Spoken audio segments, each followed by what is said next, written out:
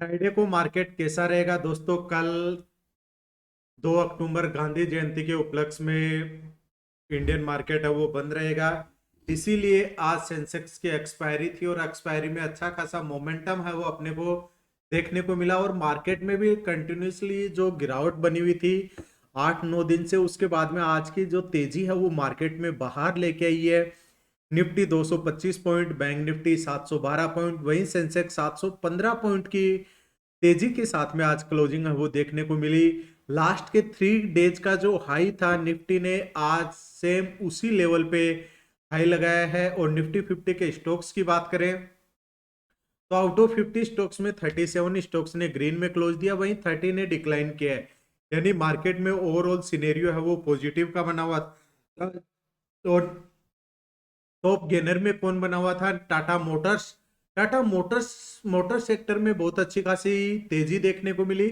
718 यानी 5.56% की Shriram finance, Kotak bank, Trent, Adani enterprises अच्छी खासी तेजी देखने को मिली। वहीं टॉप लूजर्स की बात करें तो Bajaj Finance, SBI Bank, Tata Steel, Bajaj Auto, Ultra सेमको है वह अपने टॉप लूजर्स बने रहे। और बैंक निफ्टी की बात करें तो आउट ऑफ 12 स्टॉक्स में 7 स्टॉक्स ने ग्रीन में क्लोज दिया, वहीं 5 ने नेगेटिव में क्लोजिंग देखने को मिली, जिसमें टॉप गेनर बना हुआ था Kotak bank, axis bank, ICI bank, HDFC bank. Losers में आज SBI bank, IDFC first bank, AU bank, PNB bank और कैनरा बैंक। अब कल की छुट्टी है, हॉलीडे है, तो कल क्या फ्राइडे को ये तेजी है वो कंटिन्यूसली बनी रहेगी? क्योंकि मार्केट के ओवरऑल सिनेरियो की बात करें दोस्तों तो अभी भी 1 ईयर का रिटर्न है वो माइनस में, नेगेटिव में 3.69% है। ये समय है वो म्यूचुअल फंड में एसआईपी करने का और पेशेंस बनाने का है। यदि आप लॉन्ग टर्म के लिए होरिजन का काम करते हैं, लॉन्ग टर्म में इन्वेस्टमेंट करते हैं, तो अपना इन्वेस्टमेंट है वो स्लोली स्लोली है वो बनाए रखिए। अब कल के वीडियो में हमने क्या डिस्कस किया था पहले उसकी बात करते हैं, फिर मंडे के लेवल्स की बात करेंगे। कल डिस्कस किया था निफ्टी के बारे में कि 24,587 है वो निफ्टी का एक अच्छा खासा सपोर्ट रहेगा और अपर साइड में 24,682 का एक रेजिस्टेंस रहेगा। यदि मार्केट इसी के बीच में रहेगा तो नोट रेड जोन रहेगा और इसको ब्रेक डाउन या ब्रेकआउट करता है उसी साइड में अपना मार्केट अब मोमेंटम देना स्टार्ट करेगा। तो मार्केट ने क्या किया? स्टार्टिंग में रेंज बाउंड रहा और 11 बजे के बाद जैसे ही मीटिंग हुई, अनाउंसमेंट हुए और उसके बाद में तेजी जो देखने को मिली, 24,817 का रेजिस्टेंस बताया था मैंने और उसी के आसपास है अपनी क्लोजिंग है वो देखने को मिली। अब मंडे को किस तरीके से कामकाज करना है उसके बारे में यदि हम बात करें तो मंडे को निफ्टी का रेजिस्टेंस बना हुआ है 24,881 का लेवल। यदि 24,881 के लेवल के ऊपर एक 5 मिनट की कैंडल सस्टेन करती है और वहां से ब्रेकआउट होता है तभी हम अपर की साइड में अपना रुख करेंगे, जिसका फर्स्ट रेजिस्टेंस क्या रहेगा? 24,922 और सेकंड रेजिस्टेंस रहेगा 24,963। और इस लेवल को भी ब्रेकआउट करता है तो 25,000 का लेवल है वो एज ए रेजिस्टेंस रहेगा। तो दोस्तों क्या इस वीक में निफ्टी है वो 25,000 का लेवल ब्रेकआउट होगा?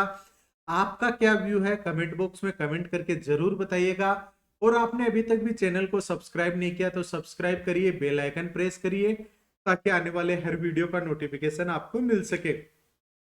और दोस्तों डिस्क्लेमर मैं आपको बता देता हूं कि ये सभी लेवल्स है वो ओनली एजुकेशनल पर्पज के लिए हैं। इसमें बाय और सेल का रिकमेंडेशन नहीं दिया जाता, उसके लिए आप अपने फाइनेंशियल एडवाइजर से संपर्क कर सकते हैं। निफ्टी के डाउन साइडेड की बात करें तो 24,774 का लेवल है वह एज ए सपोर्ट की तरह काम करेगा। यदि इस लेवल को ब्रेक डाउन करता है तो 24,725 फर्स्ट सपोर्ट रहेगा, सेकंड सपोर्ट 24,682 और इस लेवल को भी ब्रेक डाउन करता तो 24,640 तक के लेवल्स है वो फिर निफ्टी में आते हुए देखने को मिल सकते हैं।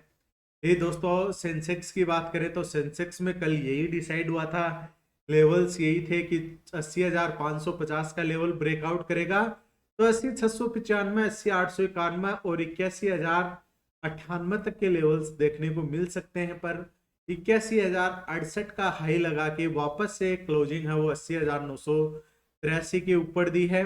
अब फ्राइडे को क्या रिएक्ट होता है उसके बारे में हम बात करेंगे। क्योंकि मार्केट की जो तेजी है वो अच्छी खासी तेजी बनी हुई है। और अभी जाते जाते अभी कैबिनेट मीटिंग हुई है, उसमें केंद्रीय कर्मचारियों के लिए डीए है वो भी इंक्रीज कर दिया है, तो उसके भी मार्केट में थोड़ा सा पॉजिटिविटी है वो बनी रहेगी। और 81,206 का लेवल है वो एज ए रेजिस्टेंस की तरह काम करेगा। इस लेवल को ब्रेकआउट करता है तो 81,320 का लेवल फर्स्ट रेजिस्टेंस रहेगा। सेकंड रेजिस्टेंस 81,444, और इस लेवल को भी ब्रेकआउट करता है सेंसेक्स तो 81,578 तक के लेवल्स आते हुए देखने को मिल सकते हैं। डाउन साइडेड की बात करें तो 80,800 का लेवल है वो एज ए सपोर्ट की तरह काम करेगा, यानी गैप डाउन 200 पॉइंट भी यदि होता है तो वहां तक भी हमें सपोर्ट का वेट करना है, क्या सपोर्ट ब्रेकआउट हो रहा है, ब्रेक डाउन हो रहा है। अदरवाइज यहां से मार्केट गिरता है तो 80,670 फर्स्ट सपोर्ट रहेगा। सेकंड सपोर्ट 80,509, और इस लेवल को भी ब्रेक डाउन करेगा तो 80,328 तक के लेवल्स है, फिर वो मार्केट में आते हुए देखने को मिल सकते हैं। बैंकिंग सेक्टर में आज अच्छा खासा तेजी था, कोटक बैंक है वो भी तेजी में था। और कल जो लेवल्स हमने डिस्कस किए थे सभी लेवल्स को ब्रेकआउट करते हुए बैंक निफ्टी ने अच्छा खासा ब्रेकआउट दिया है। अब कल के लिए फ्राइडे की बात करें तो 55,487 का लेवल है वो एज ए रेजिस्टेंस की तरह काम करेगा। तो दोस्तों रेजिस्टेंस लेवल को ब्रेकआउट होगा तभी आप अपर की साइड में रुक करिए। उसके बाद हम डेमाज की बात करेंगे कि डेमा क्या यहाँ पे बाय ऑन डिप्स में है या फिर सेल ऑन राइज में है। क्योंकि जब तक मार्केट का ओवरऑल सिनेरियो चेंज नहीं होगा तब तक आपको कोई भी बढ़त में गिरावट की कैंडल बनती है तो वहां पर गिरावट का मौका है वो हम फाइंड आउट करेंगे। और अपर की साइड के रेजिस्टेंस की बात करें तो 55,487 का लेवल जैसे ही ब्रेकआउट होगा 55,586 फर्स्ट रेजिस्टेंस रहेगा। सेकंड रेजिस्टेंस 55,704 और 55,818 का लेवल है वह एज ए रेजिस्टेंस की तरह काम करेगा। अब फ्राइडे के लिए नो ट्रेड जोन कौन सा रहेगा? 55,240 और 55,487, 55,240 और 55,487 के बीच में यदि बैंक निफ्टी अपने को कहीं पर भी ट्रेड करता हुआ दिखाई देता है तो वहां पर अपने को नो ट्रेड जोन है वह रहेगा। उसके अंदर आपको प्रीमियम डीके है वो फास्ट देखने को मिलेगा। और डाउनसाइडेड के लेवल्स की बात करते हैं तो यहाँ पर 55,240 का लेवल ब्रेक डाउन करेगा तो 55,133 फर्स्ट सपोर्ट रहेगा। सेकंड सपोर्ट 54,991, और इस लेवल को भी ब्रेक डाउन करता है तो 54,888 और 54,738 तक के लेवल्स है वो फिर मार्केट में आते हुए नजर आएंगे। तो दोस्तों आपका क्या व्यू है आप कमेंट बॉक्स में कमेंट करके जरूर बताइएगा। और आपको डीमेट अकाउंट ओपन करवाना हो या फिर म्यूचुअल फंड में इन्वेस्टमेंट करना हो, आपको जो डिस्प्ले पे नंबर दिया हुआ है वहां पर आप मुझे व्हाट्सअप करके कनेक्ट हो सकते हैं ताकि आपकी इन्वेस्टमेंट जर्नी है वो स्टार्ट हो सके। और भी कोई भी कंफ्यूजन हो आपको तो आप कमेंट बॉक्स में कमेंट करके बता सकते हैं। धन्यवाद दोस्तों, जय हिंद जय भारत।